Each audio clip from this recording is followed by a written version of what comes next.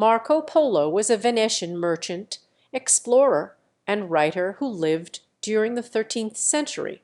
He is best known for his travels to China and his book, The Travels of Marco Polo, which is one of the most famous travel books of all time. Marco Polo was born in 1254 in Venice, Italy, to a wealthy merchant family. His father, Niccolò, and his uncle, Maffei, were both merchants who had traveled extensively in Asia.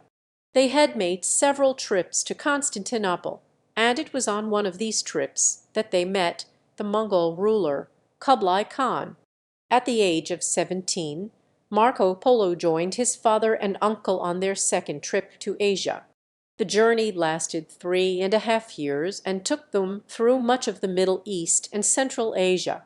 They eventually reached China, where they stayed for 17 years.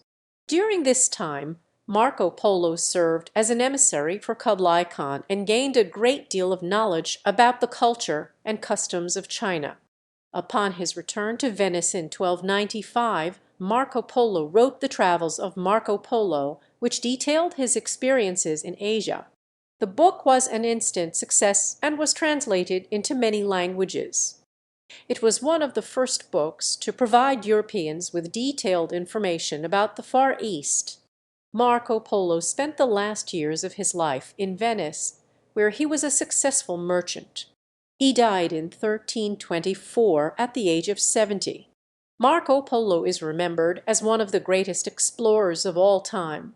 His book, The Travels of Marco Polo, is still widely read today and has inspired many other explorers. He was also one of the first Europeans to gain a detailed knowledge of the Far East and to bring this knowledge back to Europe.